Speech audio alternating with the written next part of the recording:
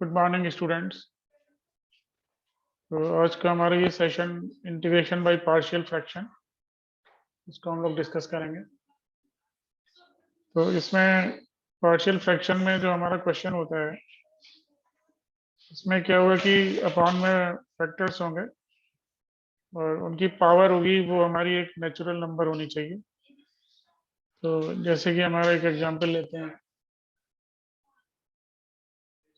तो इसमें मैं इसमें बता देता हूँ कि इसमें कुछ स्टैंडर्ड फॉर्म्स होते हैं, उन फॉर्म्स को हम लोग नोट कर लेते हैं। स्टैंडर्ड फॉर्म्स,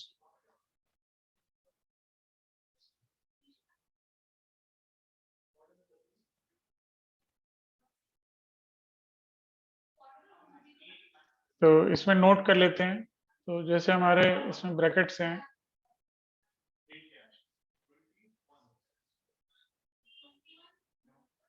x प्लस ए एक्स प्लस बी,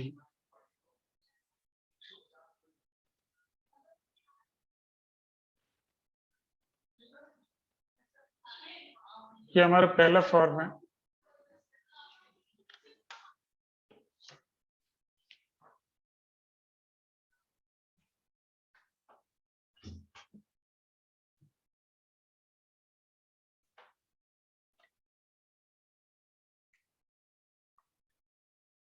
तो पहला फॉर्म हम इसका नोट कर लेते हैं। तो ये हमारा हो जाएगा ए अपॉन एक्स प्लस ए,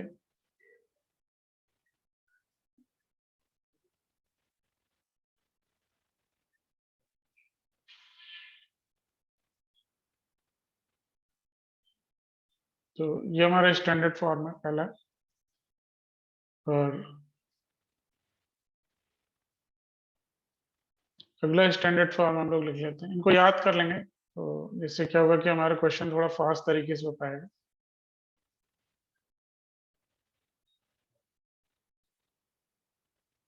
ये न्यूमरेटर में जो है वो हमारा पॉलिनोमियल फंक्शन ही होगा। तो ये लीनियर हो सकता है, क्वाड्रेटिक हो सकता है। तो अब मैं इसमें अपॉन में ऐसे फैक्टर लेने वाला हूँ जिसमें कुछ पावर होगी, जैसे कि मान लेते हैं एक्स प्लस की ए की पावर 2 है,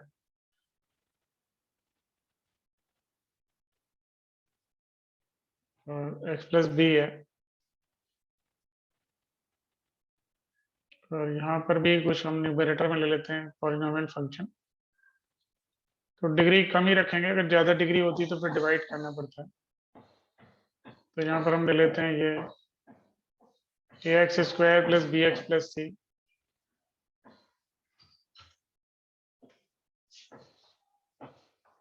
ये ले लेते हैं। तो यहाँ पर हमें जो है क्या करना होगा, ये कांस्टेंट कंसीडर करने होंगे। तो अल्फा अपॉन इस तरह ले लेंगे एक्स प्लस ए, फिर plus beta upon X plus A का स्क्वायर,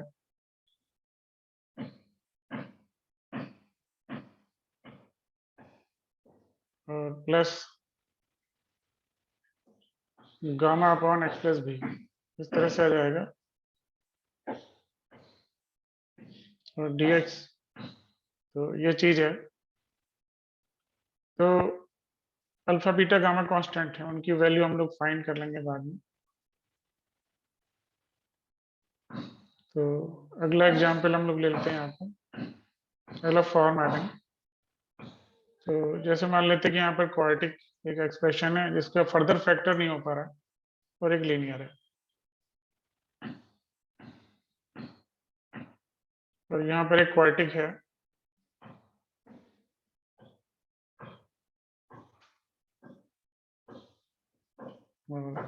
dx,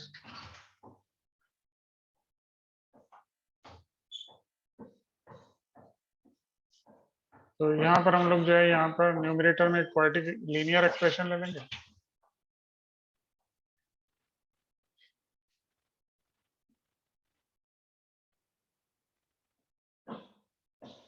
ये ले लेते हैं एस एक्स प्लस टी, और अपॉन में P X square plus Q X plus are,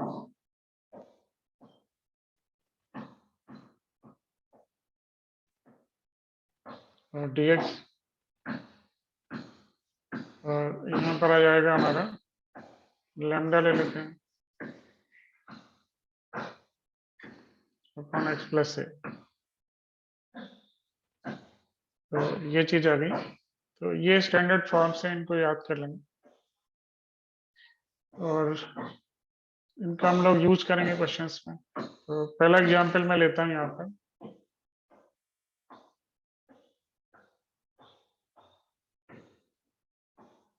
तो ये हमारा प्रॉब्लम है।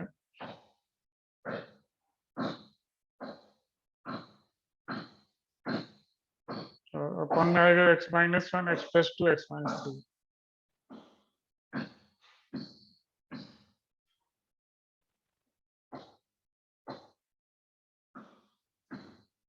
और dx। तो ये हमारा क्वेश्चन है। अब मान लो कि हमें इसके फैक्टर्स लेने हैं अलग अलग, तो मैं इसे ऐसे लूंगा अल्फा अपॉन x-1 और plus beta upon x+2 dx और प्लस गामा अपॉन x-3।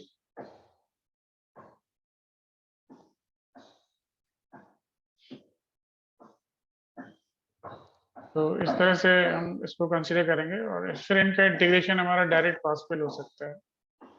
तो इसका इंटीग्रेशन हो जाएगा अल्फा लॉग x-1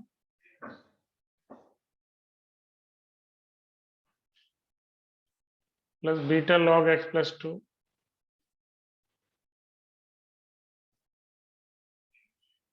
और plus gamma log x-3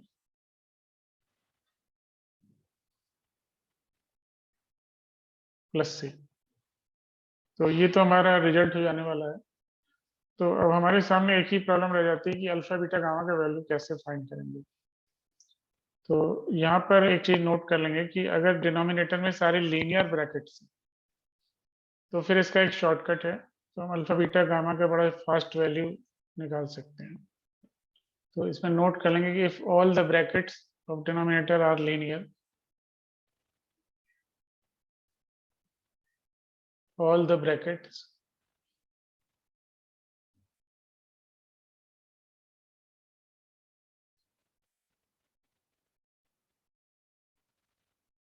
of denominator are linear।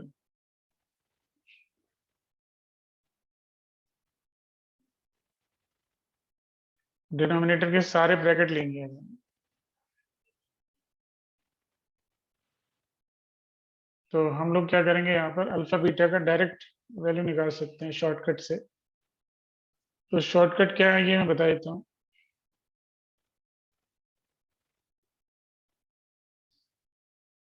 तो इसमें जैसे मुझे अल्फा फाइंड करना है तो x-1 को 0 ले लो। तो x का वैल्यू 1 आ गया। तो अब इसमें x=1 लेफ्ट हैंड साइड में पुट कर दूँ। तो इसमें 1 रख लेंगे तो 2 × 1 - 1 और x-1 में 1 मत रख के इसको क्रॉस कर दो और 1 + 2 और 1 - 3। तो इसको सॉल्व कर देंगे तो ये हो जाएगा 1/-6 -1/6 हो गया। तो ये इसका शॉर्टकट है।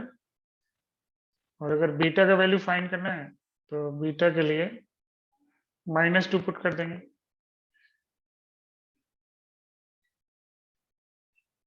तो -2 - 1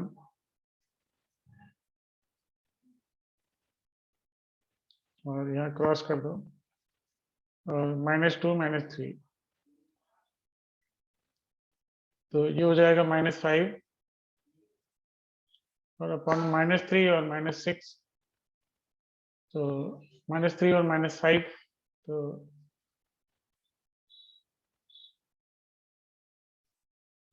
-1/3 आ गया। और गामा के लिए फिर हम लोग फाइंड कर सकते हैं, शॉर्टकट लगा देंगे। तो गामा के लिए 3 पुट करेंगे तो 2 × 3 - 1 अपॉन 3 - 1 और 3 + 2 और यहाँ क्रॉस कर देंगे, इसमें नहीं रखना है। तो 5/2, 5/10, तो 1/2 आ गया गामा का वैल्यू। तो अल्फा बीटा गामा की वैल्यू आते ही हमारा आंसर आ जाएगा। तो ये समझ आ गया होगा क्वेश्चन कि हाउ वी आर डूइंग। तो ये क्वेश्चन एक शॉर्ट तरीके से हम लोगों ने यहाँ पे कर लिया। तो अगला क्वेश्चन ले लेते हैं यहाँ पे।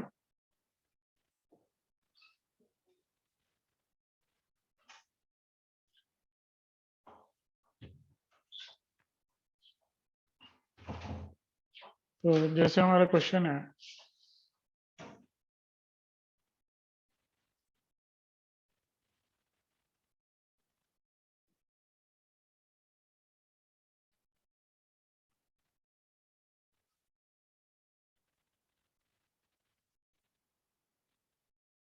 तो ये हमारा प्रॉब्लम है और यहाँ पर अपॉन में 2 ब्रैकेट आ रहे हैं, तो इसमें जो है इनके आगे फैक्टर भी नहीं होंगे। तो इसका भी फर्दर फैक्टर नहीं होगा और इसका भी फर्दर फैक्टर नहीं होगा। तो हम लोग क्या कर सकते हैं यहाँ पर कि इनको हम आगे सिंप्लीफाई कर सकते हैं, इनके भी पार्शियल फ्रैक्शन कर सकते हैं। तो इसके लिए हमें क्या करना होगा, तो यहाँ पे क्या है कि सारा डाटा जो है वो एक्स स्क्वायर के टर्म्स में है। तो हम लोग इसको इसमें भी पार्शियल फ्रैक्शन शॉर्टकट में लगा सकते हैं। मतलब इसमें हमें उस तरह से नहीं लेना पड़ेगा, जैसे कि न्यूमरेटर में एक लीनियर ब्रैकेट लो और अपॉन में क्वाड्रेटिक, तो उस तरह से नहीं मानना पड़ेगा। यहाँ पर भी हम जो है लीनियर के कॉन्सेप्ट से ही चल सकते हैं। तो यहाँ पर हम क्या करेंगे कि एक्स स्क्वायर को टी मान लेंगे फॉर पार्शियल फ्रैक्शन।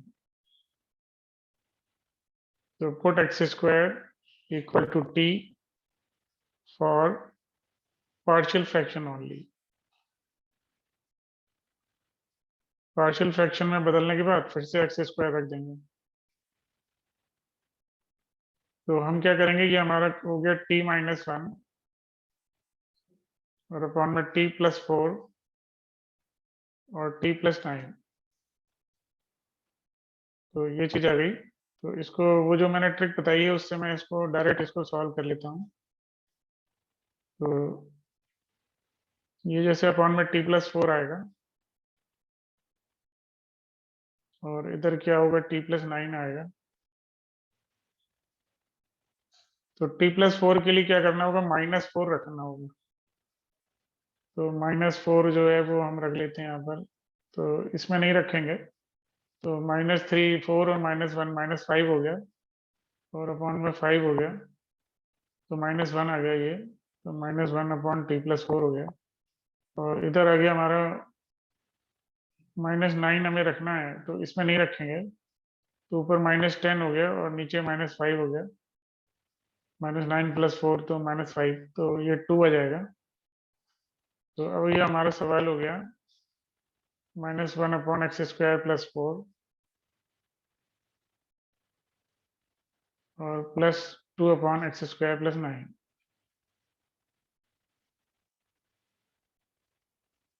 तो अब हम इसको फटाफट सॉल्व कर सकते हैं। तो -1 × 1/2 tan−1x/2। इसमें भी मैं वही फार्मूला लगा लूंगा, 1/8 tan−1x/a। तो 1/3 × tan−1x/3। तो ये समझ आ गया होगा कि इसमें हम काफी फास्ट तरीके से जो हम इसको सॉल्व कर सकते हैं और इसमें कोई टाइम भी नहीं लगेगा। तो फटाफट इस तरह किया जा सकता है। तो अगला एग्जाम्पल ले लेते हैं इसमें।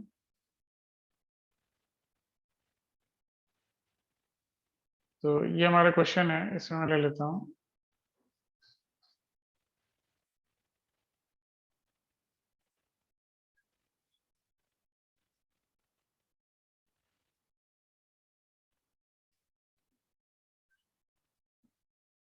तो ये हमारा प्रॉब्लम है। तो न्यूमरेटर में क्या है, क्वाड्रेटिक है और डिनोमिनेटर में भी क्वाड्रेटिक हो जाएगा अगर मल्टीप्लाई कर लें।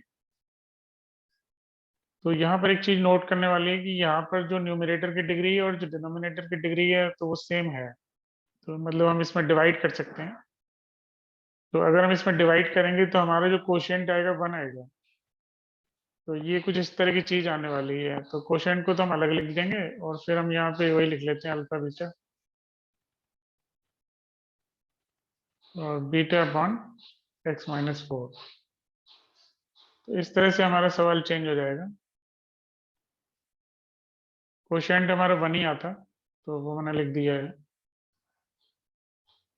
तो यहाँ पर भी अल्फा बीटा के लिए मैं जो है डायरेक्ट ट्रिक लगा सकता हूँ।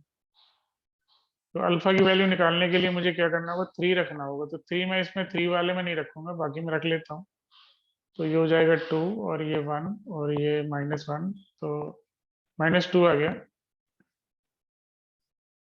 3, तो 2 आ गया, इधर 1 और इधर -1, तो -2 आ गया अपॉन x-3। और यहाँ पर भी हमने जो है क्या करना है, 4 रखना है। तो इधर हो जाएगा 3, 2, 6, 6 आ जाएगा अपॉन x-4। तो अब ये हमारा देखिए फटाफट सॉल्व हो जाएगा इसमें। 2 log x-3 हो गया और +6 log x-4 हो गया। तो ये हमारा आंसर आ गया इसमें।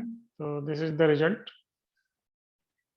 तो ये समझ आ गया होगा कि किस तरह से हमने इसको सॉल्व किया। तो इसमें जब भी डिग्री सेम हो या ज़्यादा हो तो डिवाइड कर सकते हैं।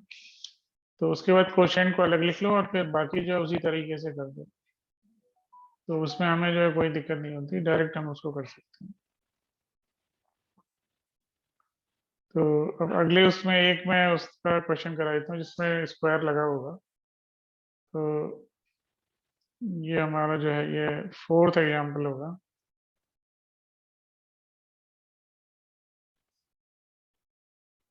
तो इसमें हमारा क्वेश्चन है, ये ले लेते हैं x² + 1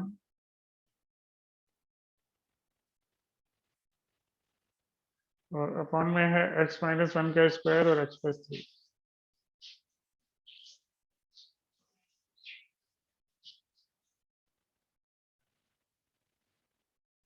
तो इसके भी हमें पार्शियल फ्रैक्शन सपोज करने पड़ेंगे। तो इसमें अपॉन में होल स्क्वायर आ गया, तो हम वो शॉर्टकट नहीं लगाएंगे, इसमें प्रॉपर तरीके से इसको करना पड़ेगा।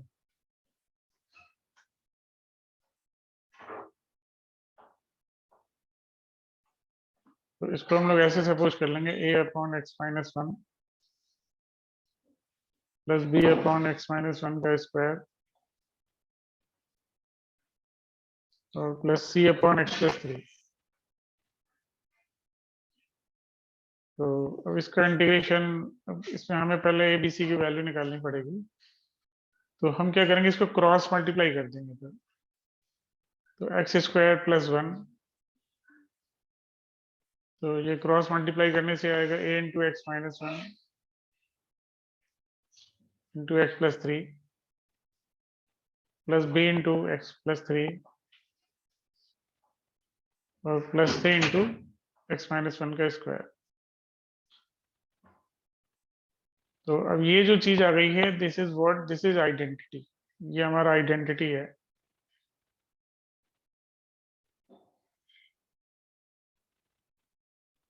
आइडेंटिटी, तो जैसे कि हम लोग जानते हैं कि आइडेंटिटी में जो है हम लोग उसके इनफाइनाइट सॉल्यूशन होते हैं। तो इसमें हम x का कोई भी वैल्यू रखेंगे उसके लिए सही होगी, करेक्ट होगी। तो जैसे हम x की जगह 1 पुट कर लेते हैं, इधर लेफ्ट में तो 2 आ गया और इधर हो गया 5b 4b।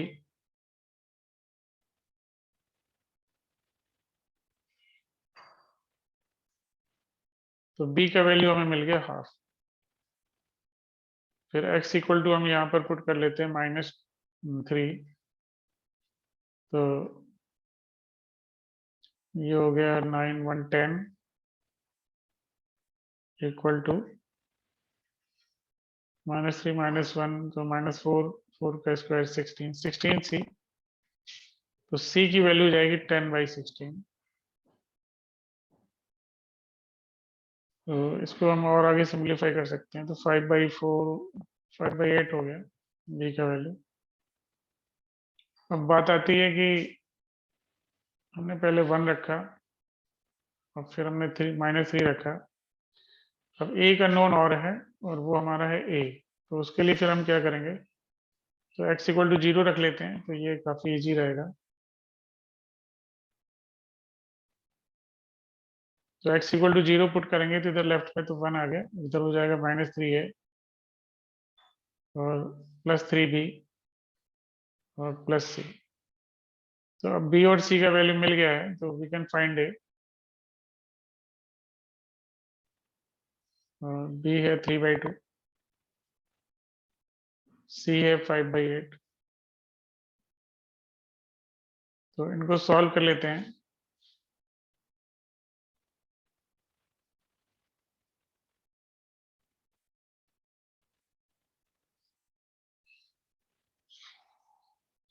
तो ये 9/8 हो गया, तो a का वैल्यू हमारा हो गया 3/8। तो अब हम इसको इंटीग्रेट कर सकते हैं, 3/8 log x-1 हो जाएगा, और ये हो जाएगा माइनस हाफ और इंटू 1/x-1, और ये हो जाएगा 9/c का वैल्यू 5/8 है, 5/8 log x+3, ये हो जाएगा। तो this will be the answer. तो ये नजर आ गया होगा, इसके बाद आगे कंटिन्यू करते हैं।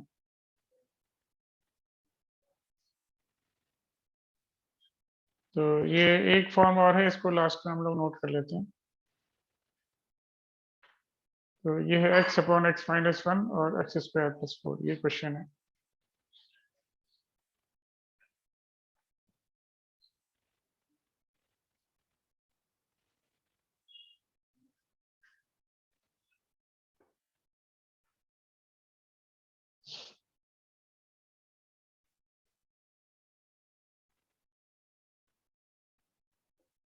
तो इसको हम लोग ऐसे सपोज कर लेंगे, x/x-1।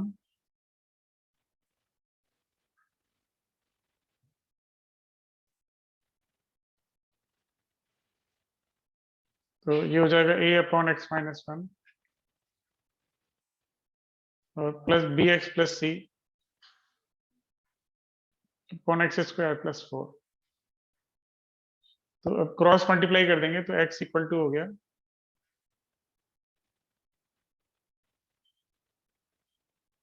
और प्लस bx+c इंटू x-1। तो ये भी हमारी एक आइडेंटिटी है। तो x की जगह हम लोग पहले 1 डाल देते हैं, तो ये हो जाएगा 1 इक्वल टू 5a। तो a का वैल्यू आ गया 1/5। तो अभी 1 सेकंड में इसको कंटिन्यू करता हूँ।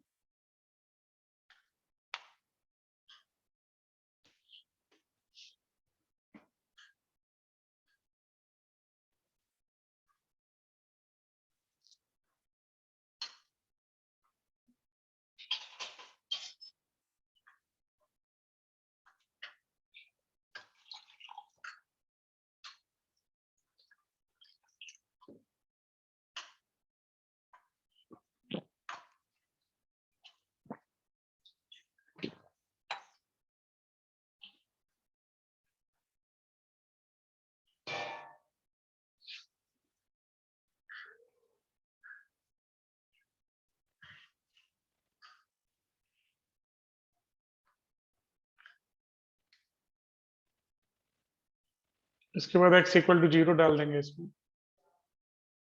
तो 0 इक्वल टू हो गया 4a और -c।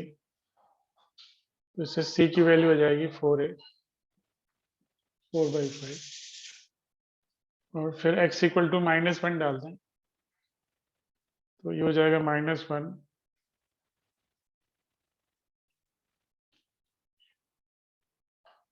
और